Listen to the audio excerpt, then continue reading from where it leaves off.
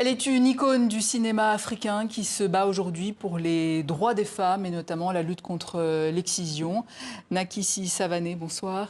Bonsoir. Vous êtes également présidente du collectif des femmes africaines contre l'excision et violences liées aux traditions. Vous êtes là pour nous parler d'un événement, le train Atekban, zéro excision, qui se déroulera du 8 au 10 février prochain. De quoi s'agit-il exactement? Il s'agit que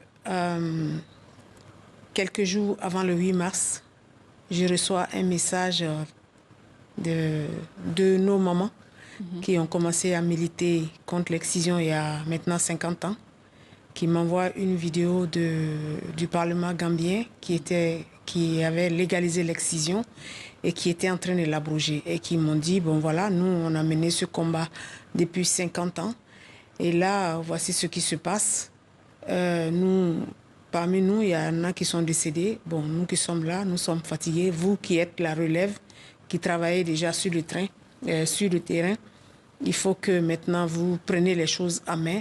Un vrai retour en arrière voilà, de Gambie à ce moment-là. Et qu'il faut vraiment faire quelque chose. Sinon, si la Gambie légalise, tous les autres pays vont s'engouffrer. Donc, ça sera comme si nous n'avons rien fait. Et que s'est-il passé alors? Alors, donc, dès le 8 mars, moi, j'ai lancé la pétition... L'année dernière? Le 8 mars dernier, oui. Tout de suite, 2024. j'ai lancé une pétition à Marseille. Et ensuite, j'ai commencé à rallier les autres associations qui travaillent sur la question. Nous nous sommes retrouvés autour d'une centaine d'associations de femmes. Et nous sommes allés à Dakar lancer l'appel. Et comme ça, on a commencé à se mettre ensemble pour soutenir les femmes de la Gambie. Nous nous sommes adressés au Parlement, au président gambien et finalement notre appel a été entendu. Donc je trouve que c'est une première victoire. La loi a été retirée?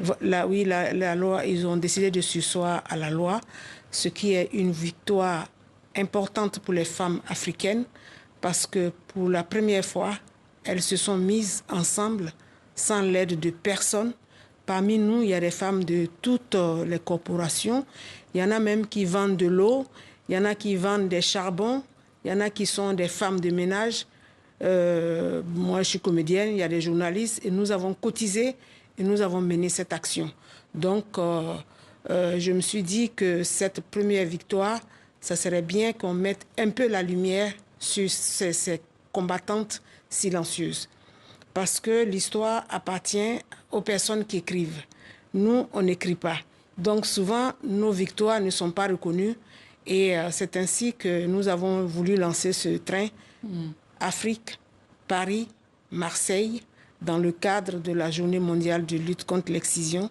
Et nous allons inviter quelques-unes de celles qui ont mené ce combat avec nous. Quand vous dites Afrique, quels sont les pays où vous irez avec ce train? On a déjà fait la Côte d'Ivoire, on a fait le Sénégal. Celles qu'on a invitées ici, il y a un peu tous les pays qui sont représentés. Et on va continuer notre lutte. Alors, quels sont les chiffres de l'excision dont vous disposez au niveau mondial, au niveau de la France, par exemple? Moi, je n'ai pas les chiffres en tête parce que je suis... Enfin, les chiffres, je ne travaille pas beaucoup avec les chiffres parce que souvent on dit des chiffres, mais souvent nous sommes au-delà des chiffres. Prenez l'exemple des gens qui vont aller faire une enquête dans un village où il y a certaines personnes qui sont au champ, d'autres sont au marigot, d'autres sont au marché. Comment on peut chiffrer C'est impossible à chiffrer. C'est impossible. Donc souvent, les chiffres sont au-dessus. Je prends par exemple l'exemple de Marseille où je suis. Quand nous avons créé notre association, on a voulu d'abord faire une action de sensibilisation. Les spécialistes ont dit non, que tout de suite, il faut donner les chiffres et tout. Donc, ils ont fait leur enquête. Il s'est trouvé que les chiffres qui ont été donnés n'ont rien à voir avec ce qui se passe sur le terrain. Avec la réalité du terrain, qui est totalement différent. Le train Atekban, donc, ce sera du 8 au 10 février. Comment ça va se passer? Quel est le programme exactement? Alors, donc, nous allons recevoir les femmes, les militantes africaines qui vont arriver ici et qui vont rencontrer d'autres associations qui travaillent ici, d'autres féministes comme elles ici. Il y aura des échanges entre elles, des échanges de pratiques et de connaissances pour se connaître. Et le 8, il y a cette conférence-là, la conférence de presse. Et nous allons faire ça de façon festive. Et nous avons envie d'aller comme ça en déambulation jusqu'à la gare de Lyon. Et voilà, nous allons manifester un peu là.